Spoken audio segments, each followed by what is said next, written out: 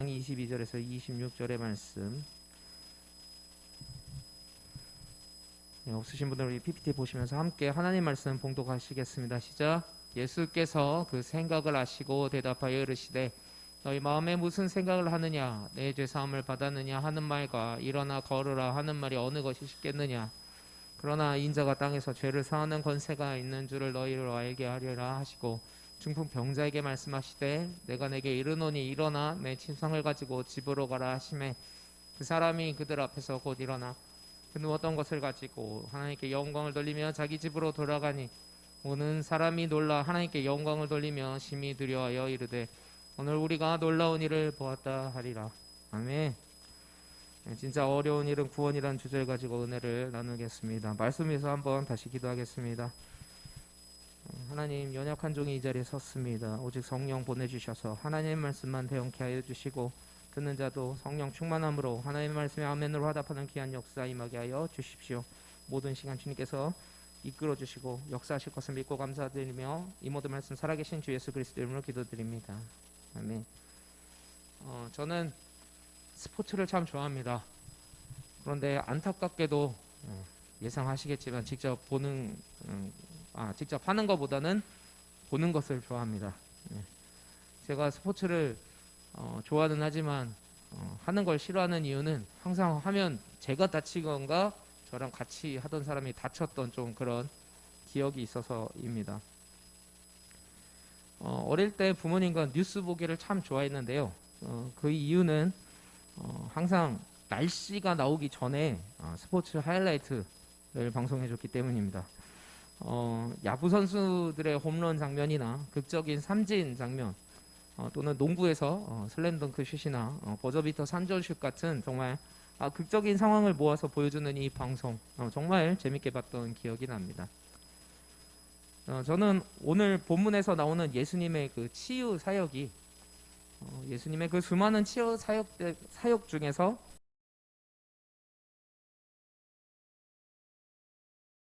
앞장에 나왔던 많은 치유 사건보다 오늘 본문의 배경과 내용 그리고 결말이 정말 드라마틱하기 때문입니다.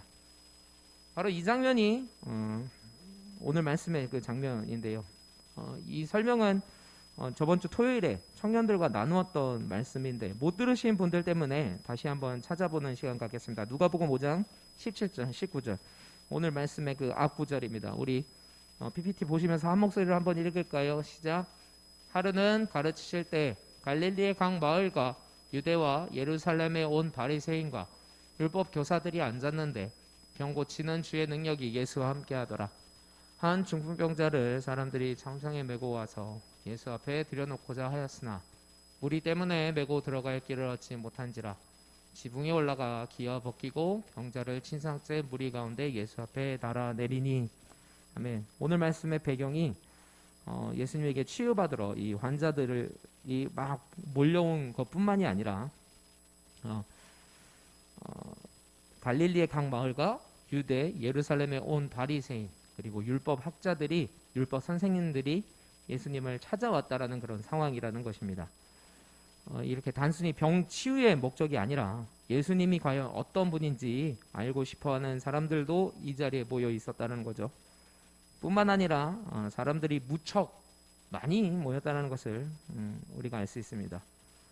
그런 상황에 집에 지붕이 뚫리고 중풍병자가 이렇게 하늘에서 막 내려온 거죠. 그리고 예수님 발 앞에 놓여 있습니다. 정말 이들의 그 간절한 믿음과 어찌 보면 조금 과격한 그런 행동이 이날 분위기가 가장 클라이막스에 치달았다는 것을 우리가 알 수 있습니다. 아마도 이날의 최고의 이슈는 이 장면이었을 겁니다. 제가 아까 말씀드렸듯이 스포츠의 그 하이라이트 장면에 가장 메인이 되는 그런 화면으로 선정될 것 같은 그런 상황인 겁니다. 이런 상황에서 예수님이 가장 중요한 메시지를 던지시고 있습니다. 바로 치유의 목적, 치유 사역의 목적이 바로 구원이라는 것이죠. 드디어 구원을 이야기하기 시작하셨다는 거예요. 죄의 문제 해결을 이야기하기 시작했다는 겁니다. 저는 누가복음 강해를 계속 진행하면서 치유의 목적이 구원에 있다라는 것을 계속 강조했습니다. 우리가 병이 낫고 또 물질이 좀 풍요로워지고 사람들에게 사랑받고 인정받는 그렇게 해야 되는 이유와 목적 뭐죠? 우리의 쾌락과 우리의 만족이 아니라는 거죠. 하나님과 관계가 회복되는 바로 그 구원이라는 것이 우리의 주된 목적이다. 우리가 병을 나야 하는 이유 하나님과의 관계가 회복돼서 하나님께 영광 돌리기 위함. 우리의 재정의 어려움이 회복되는 이유 이 지적된 재정의 어려움이 회복됨으로 하나님과의 관계가 회복되기 위함. 우리가 간절히 기도하는 그 제목들의 이유가 뭐죠? 하나님과 관계가 회복됨, 구원이라는 그 한 가지 주제를 우리가 항상 잊어서는 안 된다라는 것입니다. 그런데 오늘 말씀은 구원이 치유보다 더 어렵다라는 것을 말하고 있습니다. 오늘 본문에서 예수님이 이런 질문을 우리에게 던지고 있습니다. 우리 빨간 글씨만 한번 다시 읽어보겠습니다. 시작. 내 죄 사함을 받았느냐 하는 말과 일어나 걸어라 가라 하는 이 말 어느 것이 쉽겠느냐? 여러분 어느 말이 더 쉽다고 생각되십니까? 한번 생각해 보시길 바랍니다. 어느 말이 쉬울 것 같습니까? 예수님은 전지전능하신 분이니 굳이 어려운 일 없으실 거야 이런 생각도 들기도 합니다. 일어나 걸으라는 말이나 너 죄가 사함 받았다 이 말 예수님은 쉽게 하실 수 있는 거 아닌가요? 예수님에겐 너무 쉬운 일 아닙니까? 그런데 오늘 말씀은 예수님에게 분명 더 어려운 일이 있다라는 얘기예요. 두 개 중에 더 어려운 일이 예수님에게 있다라는 얘기입니다. 오늘 말씀의 주제가 뭐였는지 한번 생각해 보십시다. 진짜 어려운 일이 구원이라는 거예요. 진짜 어려운 일은 구원입니다. 오늘 말씀에서 예수님이 나는 죄 문제 해결, 즉 구원이 치유보다 더 어렵다라고 말씀하고 계시는 거예요. 왜 이 문제가 더 어려울까요? 이 고민을 오늘 좀 같이 해보길 원합니다. 예수님에게도 어려운 일이 있으실까요? 그분에겐 모든 것이 별것이 아닌데 그분 말씀 앞에 모든 것이 다 순종하고 순복하는데 왜 예수님이 어렵다고 이렇게 얘기하셨을까? 이 질문을 여러분들에게 드리고 싶습니다. 예수님 왜 어렵다고 얘기하셨을까? 여러분 이 고민이 되게 중요합니다. 저도 깊게 고민을 했습니다. 왜 예수님은 구원이 더 어려우셨을까? 그 고민을 풀어준 건 이 한 문장이었어요. 소중한 일은 어렵게 느껴진다는 거예요. 제가 목회를 하면서 가장 많이 바뀐 일이 하나 있습니다. 바로 드럼 칠 때 되게 편하게 쳐요. 그 전에 드러머였을 때는 쉽지 않았어요. 왜냐하면 잘 쳐야 했기 때문에. 제 주 업이었기 때문에. 이게 그냥 치는 것 같지만 왠지 부담감에 의해서 많이 쳤던 것 같아요. 왜냐하면 소중한 일이니까요. 제 전공이기도 하고 제가 이 일을 통해서 살아가야 되기 때문에 그렇게 쉽게 쳐지지가 않았어요. 필사적으로 할 수밖에 없었던 거예요. 그런데 이제 목회를 하고 드럼이라는 악기를 내려놓으니까 바뀐 일이 있어요. 되게 편하게 쳐요. 못 쳐도 괜찮아. 이런 마음이 있으니까 오히려 쉬워지는 거예요. 편안해지는 거예요. 참 재밌더라고요. 여러분들은 어떻게 느끼는지 모르겠지만 저는 요즘이 더 잘 치는 것처럼 막 느껴지는 거예요. 이제는 그런데 반대로 어떤 게 어려워졌냐면 누군가 기도 부탁을 하는 게 어려워졌어요. 예전에는 누가 기도해줘 그럼 네 기도하겠습니다 그냥 가볍게 기도했는데 이제 어떤 분이 기도해주세요 이러면은 그게 제일 같이 느껴져야 되는 것 같아요. 목회를 하면서 바뀐 건 그거예요. 기도하는 일이 되게 어려워지더라고요. 여러분들의 문제가 예전에는 그냥 흘러가는 문제였다가 이제는 내일처럼 생각이 되기 시작하는 거예요. 말씀 선포하고 이런 목회하고 설교하는 게 진짜 어려운 일이 됐어요. 이제는. 예전에는 그냥 쉽게 하나님 말도 그냥 툭툭 던졌던 게 이제는 그렇게 안 되더라고요. 왜냐? 그만큼 저에겐 소중한 일이 됐기 때문에. 소중한 일은 어려워요. 뿐만이 아니더라고요. 제가 자녀를 낳고 자녀를 양육해 보니까 자녀 양육만큼 어려운 일이 없더라고요. 가만히 생각해 보니까 내가 애들을 사랑하니까 애들이 바르게 컸으면 좋겠구나 하는 그런 마음 때문에 어려운 거더라고요. 남의 자식은 그렇게까지 막 신경을 안 쓰게 돼요. 그런데 내 자식이니까 그냥 한 행동 한 행동이 그냥 넘어가지지가 않아요. 이건 어떻게 보면 그만큼 소중하다라는 반증일 겁니다. 이렇게 고민하다 보니까 한 가지 얻은 결론이 있어요. 인생에서 가장 어려운 일이 사랑이구나 라는 걸 느끼게 된 겁니다. 여러분, 사랑이 결코 쉬운 게 아니더라고요. 그래서 소중한 일이에요. 가장 귀한 것이기 때문에 가장 어려운 일이기도 한 것 같습니다. 사랑에는 정답이 없습니다. 율법이 결국 하나님 사랑이고 이웃 사랑이라는 그 예수님의 말씀이 사랑 없이는 율법 행하지 말라는 말씀이더라고요. 율법은 공식이 아니라 하나님을 사랑하는 마음이다 라는 걸 우리에게 말씀하시는 거더라고요. 마음을 쏟아야 한다라는 것이더라고요. 근데 또 우리가 좀 주의해야 될 게 있더라고요. 내가 하고 싶은 대로 하는 게 사랑은 아니더라고요. 우리가 조금 그걸 오해하면 안 되는데, 사랑하는 사람은 조심스럽게 대하게 돼 있는 것 같아요. 정말 사랑하는 사람은 우리가 함부로 대하지 않는 것 같아요. 막 대하지 않는단 말이에요. 소중하게 여기고 조심스럽게 여기고, 그 사람이 좋아하는 걸 하려고 하고 그 사람이 싫어하는 걸 하지 않는 것이 바로 사랑 아닐까 생각합니다. 사랑한다고 함부로 대하고 자기 마음대로 하고 싶은 대로 하는 건 사랑이 아니라 자기 만족에 가까운 것 같습니다. 하나님을 사랑하는 방법도 마찬가지인 것 같아요. 하나님을 가장 소중하게 대할 때 우리가 하나님을 사랑하는 것 같습니다. 하나님과의 관계가 우리에게 가장 소중한 일이 되어야 한다고 저는 생각합니다. 하나님과의 관계가 가장 소중할 때 우리는 가장 행복해요. 그런데 그렇기 때문에 하나님과 잘 지내는 일이 가장 어려운 일도 맞는 것 같더라고요. 우리가 하나님 사랑하려고 하면 그만큼 쉽지 않은 것 같아요. 세상과는 다른 그런 관성으로 살아가야 되는 것 같기 때문입니다. 하나님과의 관계 회복이 저는 구원이라고 얘기합니다. 왜냐? 구원을 쉽게 얘기하면 우리가 천국 가는 거 아닙니까?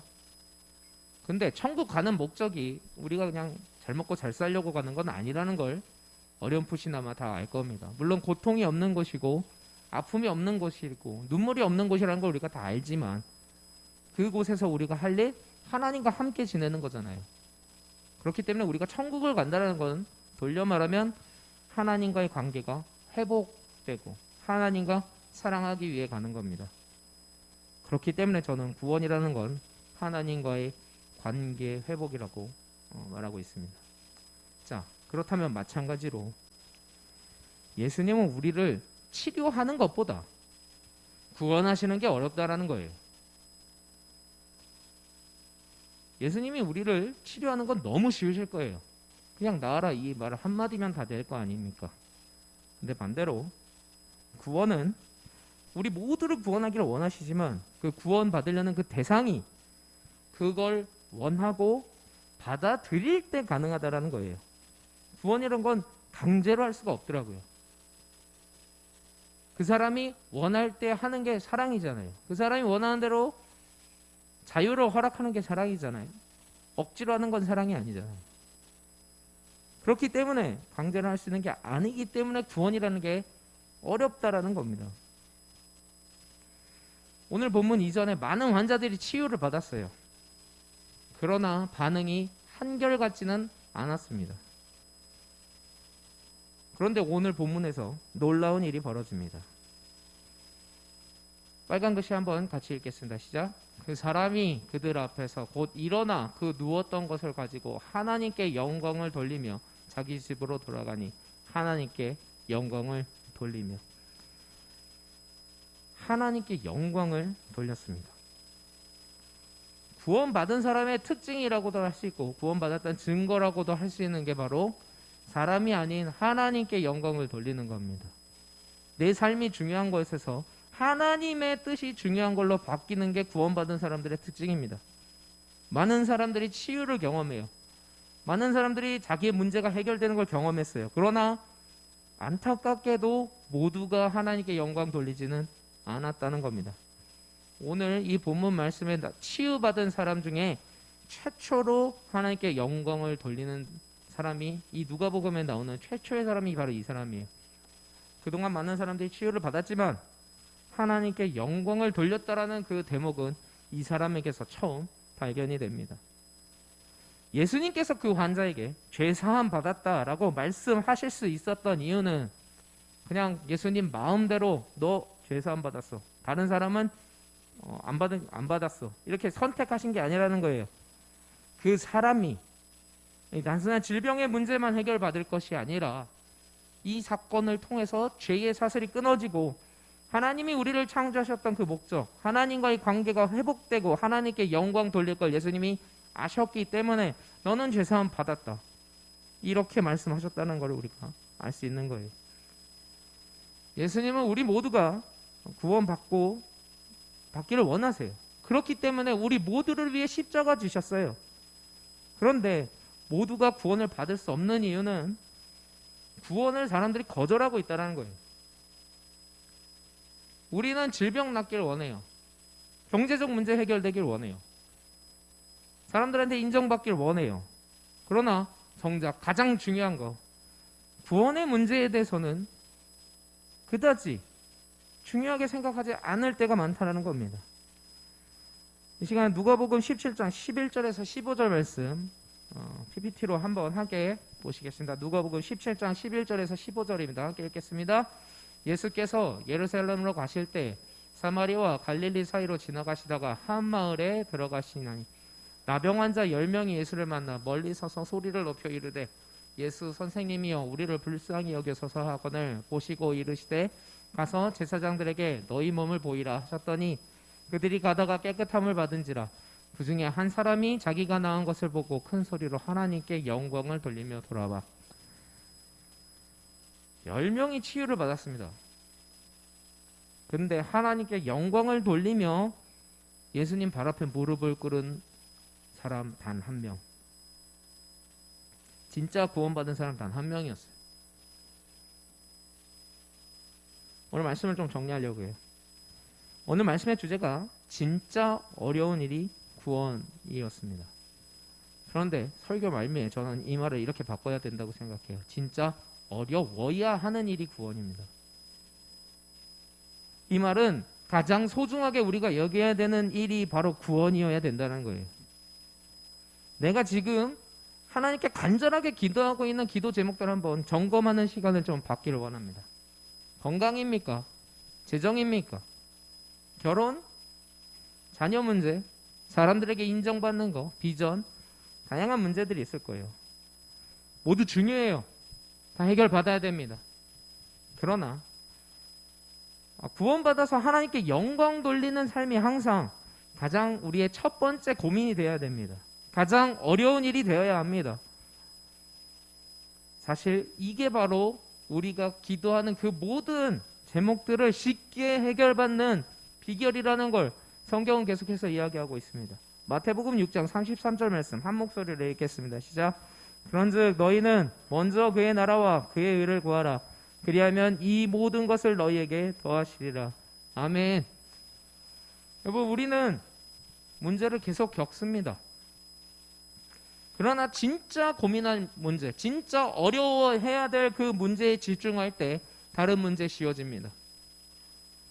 세상 고민을 하면 그 문제가 해결될 때까지 고민하면 됩니다. 그런데 다 해결되고 나니 다른 문제가 옵니다. 재정적 어려움에 있던 분이 재정 문제가 해결되면 건강의 문제가 오더라고요. 건강의 문제가 해결되면 재정도 있고 건강도 있는데 다른 사람들에게 인정을 못 받아. 그러니까 다른 사람들 인정받고 싶어서 막 애를 씁니다. 세상의 모든 문제들의 특징이 있어요. 순환적이에요. 끝나면 다시 와요. 끝나면 다시 와요. 파도가 다시 치는 것처럼 계속해서 문제는 몰려와요, 우리에게. 그 문제를 계속 넘고 계속 넘고 계속 넘고 언제까지 이렇게 살 겁니까?